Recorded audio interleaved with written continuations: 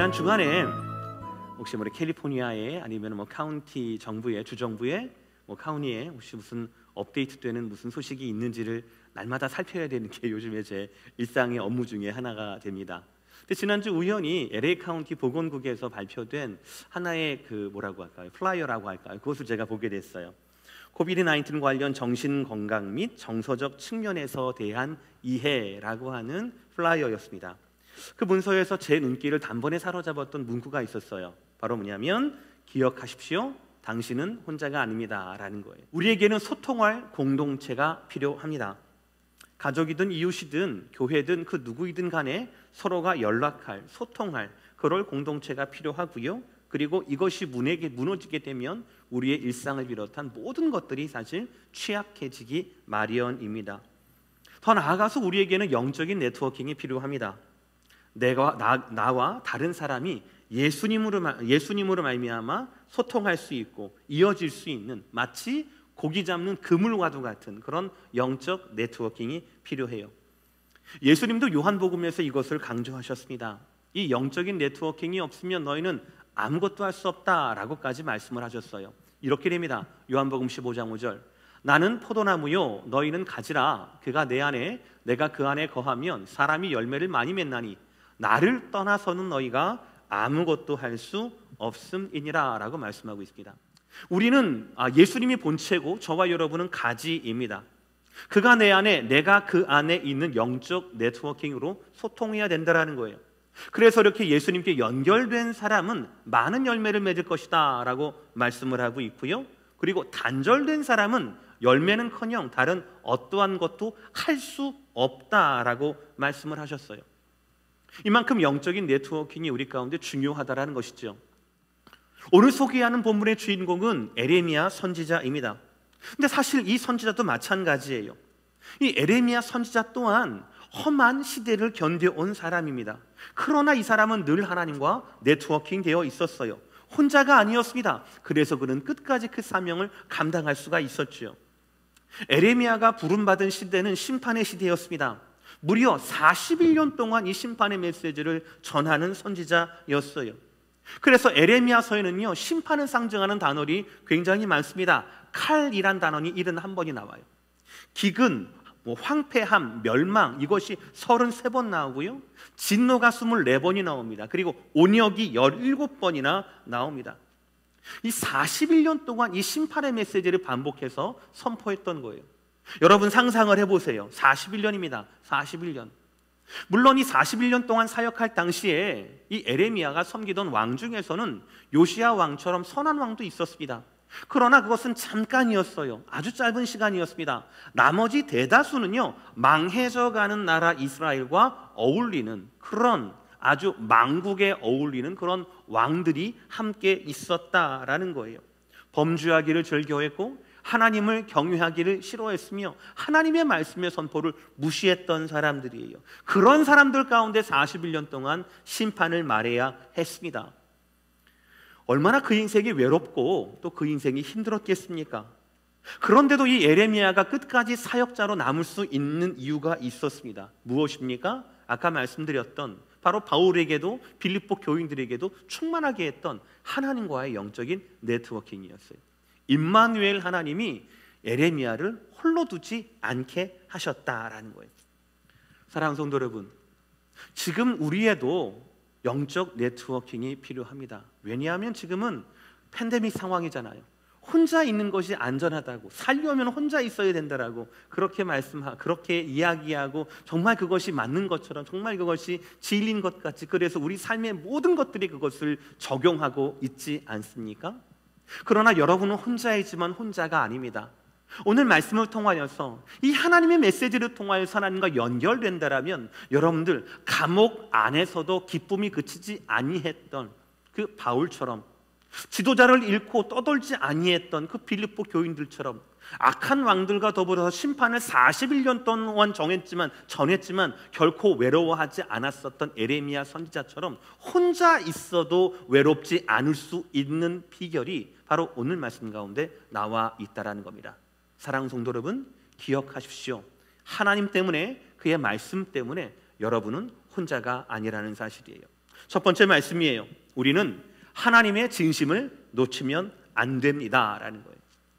오늘 말씀이 15장입니다. 이 전까지 14장과 15장의 배경을 잠깐 말씀드릴게요. 에레미야 14장과 15장의 말씀은요, 유다 심판의 일부로서 하나님은 그들 가운데 가뭄, 기근 재앙을 선포하셨어요. 당연히 선지자이니까, 백성들을 중보해야 하는 선지자이니까 이 기근을 멈춰달라고, 잊지 않게 해달라고 에레미야는 하나님께 3번이나 간구해요. 그런데 하나님의 답이 뭔 줄 아십니까? 15장 1절의 말씀 제가 읽습니다. 다음 제가 읽겠습니다. 여호와께서 내게 이르시되 모세와 사무엘이 내 앞에 섰다 할지라도 내 마음은 이 백성을 향할 수 없나니 그들을 내 앞에서 쫓아내보내라 라고 되어 있어요. 모세와 사무엘이 다시 살아와서 나를 위해 간구한다 할지라도 내가 내 뜻을 돌이킬 생각이 없어. 그리고 너는 그것을 그렇게 전해야 된다라고 말씀하고 있는 거예요. 굉장히 우리 입장에서는 섬찟한 말씀이죠. 그리고 에레미야 입장에서도 곤란한 메시지입니다. 이 심판의 메시지를 백성들에게 전해야 되는 거예요.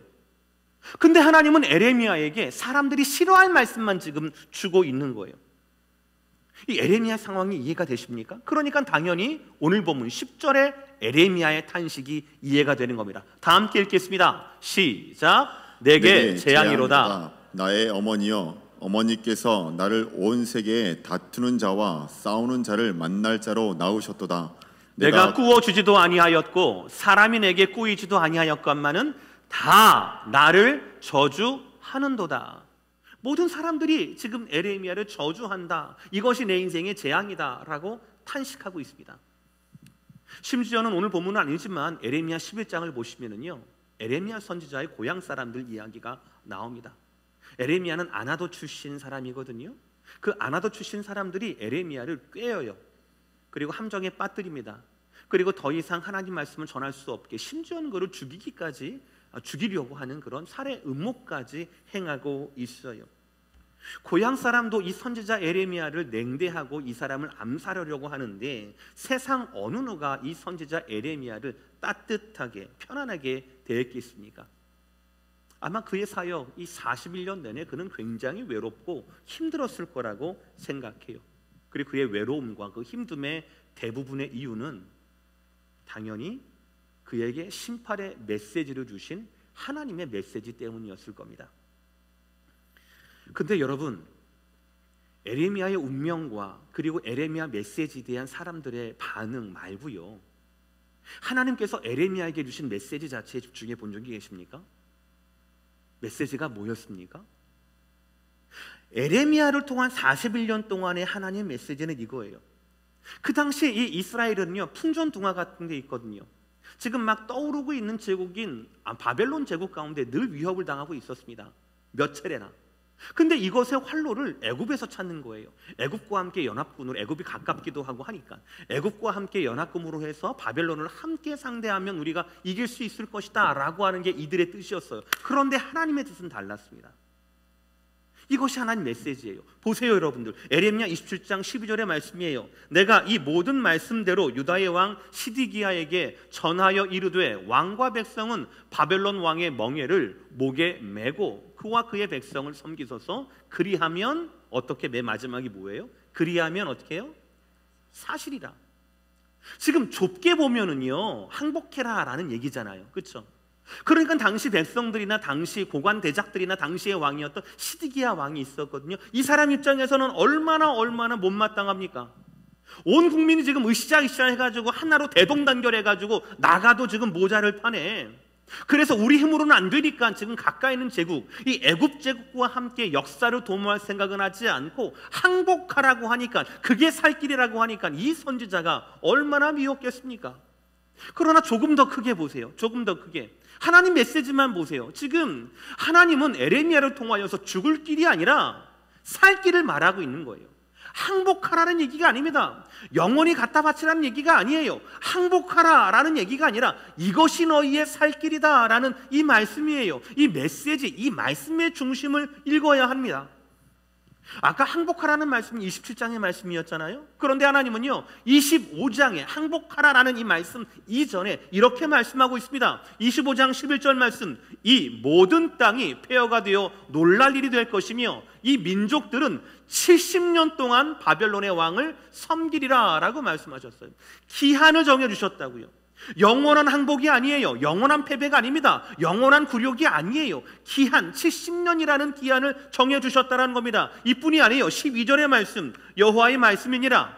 70년이 끝나면 내가 바벨론의 왕과 그의 나라와 갈대아인의 땅을 그 죄악으로 말미암아 벌하여 영원히 폐허가 되게 하되라고 말씀하고 있어요. 이스라엘의 이 유다 민족의 패배는 70년 동안입니다.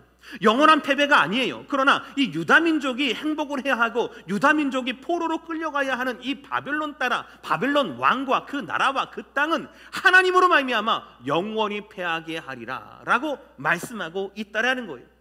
결론적으로 선지자에게 주신 하나님 메시지는 이겁니다. 항복해라. 바벨론에게 유다를 넘겨라. 너희는 끝났어. 영원한 패배가 시작될 거야. 이게 아니라는 거예요.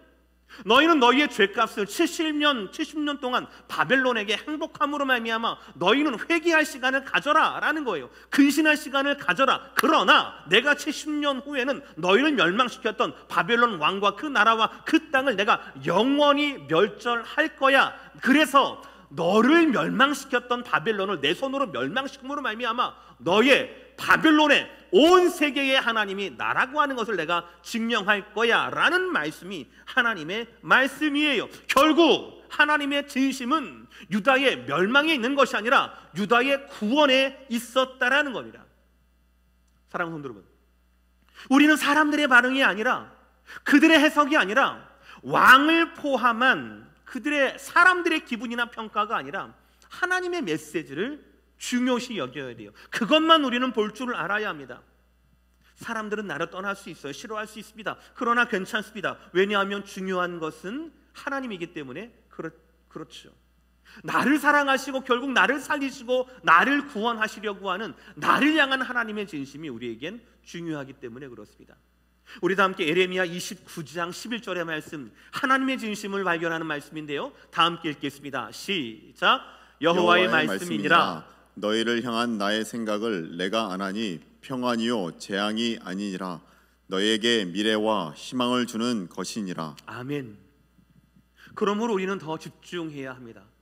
하나님의 말씀에 더 집중해야 해요. 내가 말해야 하는 그 말씀이 재앙이라 하더라도, 기근이라 하더라도, 그리고 그 말씀을 들었던 주변 사람들이 어떻게 나를 대한다 할지라도, 왕을 비롯한 많은 사람들이 나를 어떻게 평가해서 내가 아무리 어렵고 외롭고 아무리 힘든다 할지라도 우리는 하나님의 말씀을 끝까지 붙잡아야 된다라는 거예요. 왜냐하면 우리는 하나님 말씀에서 하나님의 진심을 알 수가 있고요, 더 중요한 건 우리는 그 말씀에서 회복을 가질 수 있기 때문에 그렇습니다. 오늘 말씀 두 번째예요. 사명은 운명을 초월한다라는 겁니다. 오늘 11절의 말씀 다 함께 읽겠습니다. 시작.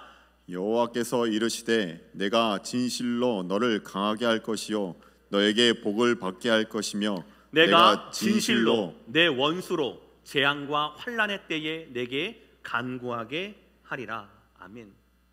여러분 11절 말씀에서 제가 빨간색으로 마킹했던 진실로라는 단어를 보세요. 두 번이나 나옵니다. 하나님께서 그 자에게, 그 사명자에게 그 사명자를 강하게 하시고 그 사명자를 복되게 하시며 그 사명자를 회복하게 한다라고 하는 것은 만약이란 절대로 없는, 반드시 일어나는 필연적인 역사다라는 말씀이 오늘의 말씀이 되는 겁니다. 우리의 운명이 무엇이든 하나님이 우리의 눈물과 탄식을 들으시고 채우시고 반드시 회복하게 하신다라는 말씀이에요. 지금 하나님께서 누구에게 이렇게 확실한 회복을 말씀하고 있습니까? 바로 운명이 아니라 사명을 따르는 자입니다. 바울처럼 에레미야처럼 사명을 생명으로 여기는 자들에게 하나님은 반드시 복을 주신다라는 사실이에요.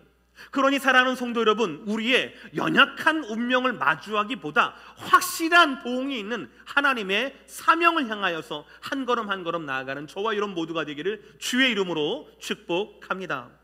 성도의 살 길은 운명이 있지 않습니다. 사명이 있습니다. 성도가 가야 할 길은 자기 운명이 아니라 하나님께서 주시는 말씀으로 주시는 사명 가운데 있다라는 거예요. 요셉이 그랬고 모세가 그랬고 엘리야와 이스라엘 백성들과 예수님과 바울이 그렇게 됐어요. 아니, 하나님께서 정확히 말씀드리면 그들을 광야로 이끄셨던 거예요. 거기에서 그들은 각각 하나님을 만났습니다. 그리고 운명에 쫓겼던 사람들이 사명을 향해서 바뀔 수가 있게 되었습니다. 요셉의 운명은 총리의 사명으로, 살인자라고 하는 모세의 운명은 출애굽 지도자의 사명으로 바뀌게 된 것이었어요. 오늘 에레미야도 마찬가지입니다. 10절과 11절을 보시면 에레미야의 극적인 변화가 나오거든요. 제가 읽겠습니다. 내게 재앙이로다 나의 어머니여, 어머니께서 나를 온 세계에 싸우는 자와 다투는 자와 싸우는 자를 만날 자로 낳으셨도다. 내가 꾸어주지도 아니하였고 사람이 내게 꾸이지도 아니할 것만은 다 나를 저주하는도다. 여호와께서 이르시되 내가 진실로 너를 강하게 할 것이요 너에게 복을 받게 할 것이며 내가 진실로 내 원수와 재앙과 환난의 때에 내게 간구하게 하리라. 아멘.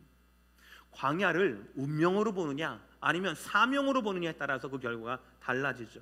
오늘 10절에서 에레미야는 자신의 외롭게 재앙을 전해야 하는 그의 운명 말고 하나님이 반드시 그와 함께 하신다라는 11절의 하나님을 붙잡게 되었습니다. 하나님은 그에게 재앙을 선포하게 하셨지만 그러나 반대로 또 반드시 강하게 하실 것을, 반드시 복을 받게 하실 것을, 반드시 원수들에게서도 회복되게 하실 것을 말씀하셨어요. 여러분, 운명이 아니라 사명이에요. 상황이 주어지는 대로 그렇게 살아가야 할 것이 아니라 말씀을 받은 대로 살아가야 할 것이 바로 저와 여러분 그리스도인의 사명이라는 것입니다. 마지막 오늘 말씀 세 번째는 이거예요. 기억하십시오. 말씀 또 말씀이라는 겁니다. 에레미야가 시대와 불화한 이유도 하나님의 말씀 때문이었어요. 또 에레미야를 회복하고 일으키게 하고 반드시 복을 주신다라고 회복하게 하신 것도 하나님의 말씀이었습니다. 겉으로 보기에는 아이러니예요. 그러나 이것이 바로 저와 여러분이 그리스도인으로서 살아가는 방법이고 긴장감입니다. 우리는 말씀으로 인하여서 말씀으로 살아야 하는 피로감들이 있습니다. 이 세상에서 살아가야 할 피로감이 있어요. 그런데 그 피로감을 하나님께서 또 다른 말씀을 통하여서 풀어주신다라는 거예요. 요한복음 15장 7절의 말씀입니다. 우리 다 함께 읽을까요? 시작. 너희가 내 안에 거하고 내 말이 너희 안에 거하면 무엇이든지 원하는 대로 구하라. 그리하면 이루리라. 아멘. 그런데 이 기가 막힌 축복 가운데 조건이 한 가지가 있어요. 뭡니까? 너희가 내 안에, 내 말이 너희 안에. 똑같지가 않아요. 너희가 내 안에, 그러면 나는 너희 안에 이렇게 돼야 되잖아요. 그런데 말씀이 뭐라고 합니까? 너희가 내 안에 라고 해놓고 예수님이 우리 안에라고 말씀합니까? 아니면 예수님의 말씀이 우리 안에라고 말씀합니까? 예수님의 말씀이 우리 안에라고 말씀하는 거예요. 무슨 말이에요? 우리가 예수님을 받아들이고 예수님과 동거하며 예수님의 지배를 당하는 그 예수님을 받아들이는 그 포맷이 바로 뭐냐면 하나님의 말씀을 받아들이면 그것이 곧 우리가 예수님과 동고동락이 같다라는 거예요.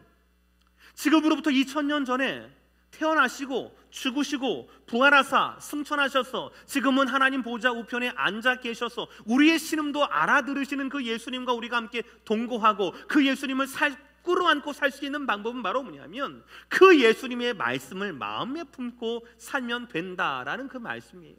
저와 여러분이 예수님과 영적 네트워킹을 하고 연결될 수 있는 유일한 방법이 바로 뭐냐면 예수님의 말씀을 내 안에 품는 거예요. 내 자신을 예수님께 드리고 예수님의 말씀을 품고 더 많이 드리고 더 많이 품고 더 많이 드리고 더 많이 말씀을 품고, 이것이 이런 영적인 선순환이 되어야 된다는 거예요. 이것이 우리에게 유일한 방법이에요. 그래서 말씀 그리고 말씀이란, 말씀이 믿음의 시작이에요. 말씀이 사명의 내용입니다. 말씀이 우리 회복의 근거가 되는 거예요. 오늘 예레미야도 그것을 잘 알았습니다. 그래서 맨 처음엔 내게 재앙이로다 나의 어머니여 라고 운명을 탄식하고 절망했던 그가 하나님의 11절의 말씀을 듣고 이렇게 16절에서 고백하게 되는 거예요. 16절의 말씀 다 함께 읽겠습니다. 시작. 만군의 하나님 여호와시여, 나는 주의 이름으로 일컬음을 받은 자라. 내가 주의 말씀을 얻어먹었사오니 주의 말씀은 내게 기쁨과 내 마음의 즐거움이오나. 할렐루야. 나는 나로 살지 않는다라는 거예요. 내가 하나님 말씀을 맡아서 그 재난의 말씀을, 그 심판의 말씀을 전하는으로 말미암아 41년 동안 편한 날이 없었거든요. 41년 동안 누구도 나를 환영하지 않았습니다. 그러나 나는 주의 이름으로 일컬어 받는 사람이다. 내가 주의 말씀을 얻어 먹었사오니 주의 말씀이 더 이상 나에게 외로움과 회의감과 재앙이로다가 아니라 그 말씀이 내게 기쁨과 내 마음의 즐거움이 된다라는 회복의 말씀이에요. 완전히 회복된 거죠. 사랑하는 성도 여러분, 하나님은 지쳐있던, 그리고 그 사역의 회의감을 느꼈던 에레미야 앞에 말씀을 놓아 두셨습니다. 먹게 하셨어요. 그리고 그의 존재가 변화가 되었습니다. 그리고 고백합니다. 나는 주의 이름으로 일컬음을 받는 사람입니다 라고 고백해요. 우리도 그렇습니다. 우리도 하나님이 우리 가운데 말씀이신 예수님을 먹게 두셨어요. 복음이라는 그 예수님을 먹게 두셨어요. 십자가의 그 예수님을 묶어 두셨어요. 그래서 우리로 말미암아 그 예수님을, 그 복음을 먹게 하셨습니다. 복음으로 듣게 하시고 복음으로 살게 하시고 복음의 기쁨과 즐거움을 누리게 하셨습니다. 그리고 우리가 하나님의 이름으로 일컬음을 받는 그리스도인으로, 성도로서 부르심 받게 하셨어요. 성도로서 살게 하셨다라는 거예요. 그러므로 여러분, 우리도 이제는 운명이 아니라 사명을 쫓는 사명자가 된 겁니다. 저와 여러분의 운명은 무엇입니까? 죄를 짓고 사는 거예요. 죄가 죄인지도 모르고 사는 겁니다. 죄의 값은 사망을 그냥 당연히 받아들이고, 그렇게, 그게 바로 저와 여러분의 운명이었어요. 그러다가 우리 앞에, 우리의 이 운명 앞에 하나님께서 그 말씀이신 예수님을 두게 되신 거예요. 복음을 두게 되신 겁니다. 그 복음을 먹음으로 말미암아, 그 말씀을 먹음으로 말미암아 이제는 운명을 버리고 사명을 쫓아 살게 될 수 있었던 겁니다. 그러니 여러분, 여러분의 인생 가운데 지치셨습니까? 그렇다면 먼저 주님께서 발견하게 두신 이 말씀을 찾으시기를 축복합니다. 그리고 발견하신 그 말씀을 먹으시기를 바랍니다. 그 말씀이 여러분의 영혼의 양식이 되는 거예요. 지친 여러분을 회복하게 할 것입니다. 잃어버린 기쁨과 즐거움을 다시 되찾게 해주실 겁니다. 왜냐하면 우리는 하나님의 이름으로 일컬을 받는 자, 이제는 그리스도인 되었기 때문에 그렇습니다. 한 가지 더, 19절의 말씀을 보겠습니다. 여호와께서 이와 같이 말씀하시되 내가 만일 돌아오면 내가 너를 다시 이끌어 내 앞에 세울 것이며 내가 만일 헛된 것을 버리고 귀한 것을 말한다면 너는 나의 입이 될 것이라. 다 함께 시작. 그들은 내게로 돌아오려니와 너는 그들에게로 돌아가지 말지니라. 하나님은 에레미야에게 내가 만일 돌아오면이라고 하면서 돌아오라라고 말씀하세요. 근데 오해하지 마세요. 에레미야가 하나님을 떠나서 돌아오라라고 하는 것이 아닙니다. 에레미야는 41년 동안 하나님을 떠난 적이 없어요. 무슨 말입니까? 에레미야의 지친 그 마음, 돌아오라는 이 말씀은 사명에 대한 후회함과 회의감에서 돌아오라라는 거예요. 첫 번째 마음을 다시 한번 회복해라, 초심을 회복해라 라는 말씀이에요. 그리고 돌아오면 두 가지를 주신다라고 합니다. 내가 너를 다시 이끌어 내 앞에 세울 것이고, 두 번째, 너는 나의 입이 될 것이라 라고 말씀을 하세요. 다시 이끌어 주시고 다시 사용하신다라는 거고요, 다시 그 시대에 하나님의 입술이 되게 하신다라는 거예요. 근데 그 다음이 더 중요합니다. 제가 녹색 글씨로 했어요. 그렇게 되면 내가 다시 그러니까 네가 다시 나의 입이 되면 그들은 너에게로 돌아오려니와, 나의 입이 되어서 나의 말씀을 전하는 너에게로 다시 돌아올 거지만 너는 그들에게로 돌아가지 말지니라 라고 말씀을 하세요. 여러분이 마지막 말씀을 가슴에 새기시길 바랍니다. 이것이 말씀을 따르는 성도, 하나님의 사람, 사명자의 모습입니다. 이것이 바로 저와 여러분을 향한 하나님의 진심이라고 저는 믿습니다. 하나님은 회복되어서 다시 하나님 앞에 돌아갈 사람, 회복되어서 다시 하나님 앞에 설 사람, 그리고 이 시대에 하나님의 입이 되어서 이 시대 가운데 하나님 말씀을 전할 사람을 필요로 하고 계세요. 아직도 그 사람을 부르고 계십니다. 저는 그것이 우리 교회라고 믿어요. 저는 그것이 저라고 믿습니다. 저는 그것이 우리의 자녀라고 저는 그렇게 믿고 있어요. 하나님께는 그 입이 될 사람이 필요한 거예요. 그리고 그 사람에게 하나님께서 권능을 주시고 말씀을 주시고 메시지를 주셔서 말씀대로 많은 사람들이 내게로 돌아올 것이다 라는 말씀을 주세요. 그 다음이 더 중요해요. 그러나 많은 사람들이 너에게로 돌아올지라도 너는 그들에게 돌아가지 말지니라 라고 말씀하세요. 여러분, 신앙생활은 이런 겁니다. 만약에 에레미야가 사명자로서 자기의 길을 지켰기 때문에 41년 동안 외로웠겠지, 만약에 에레미야가요 정반합 이것처럼 자기가 세상의 반보, 그리고 세상이 자기에게로 반보, 서로가 양보하고 서로가 평화를 위해서 애써서 좋은 유토피아를 만들고 좋은 게 좋은 거잖아 라고 했었다라면 에레미야가 과연 외로울 수 있었겠습니까? 아니잖아요. 하나님 말씀은 또 뭡니까? 하나님, 너는 나의 입이 되어서 회복되어서 나의 입술이 되고 내 메신저가 되어서 이 세상 가운데 내 말씀을 전해. 그러면 사람들이 언젠가는 내 때가 되면, 그때가 되면 언젠가는 너에게 돌아올 거야. 그러나 너희는 그들에게 가면 안 되라고 말씀하고 있다는 사실이에요. 우리는 세상에 살지만 세상에 묻혀서는 안 됩니다. 우리는 세상 속에 살고 있지만 세상에 휩싸여서는 안 됩니다. 우리는 누구입니까? 이 말씀의 마지막 대로 세상에 비뚤어진 축을 바꾸는 사람이에요.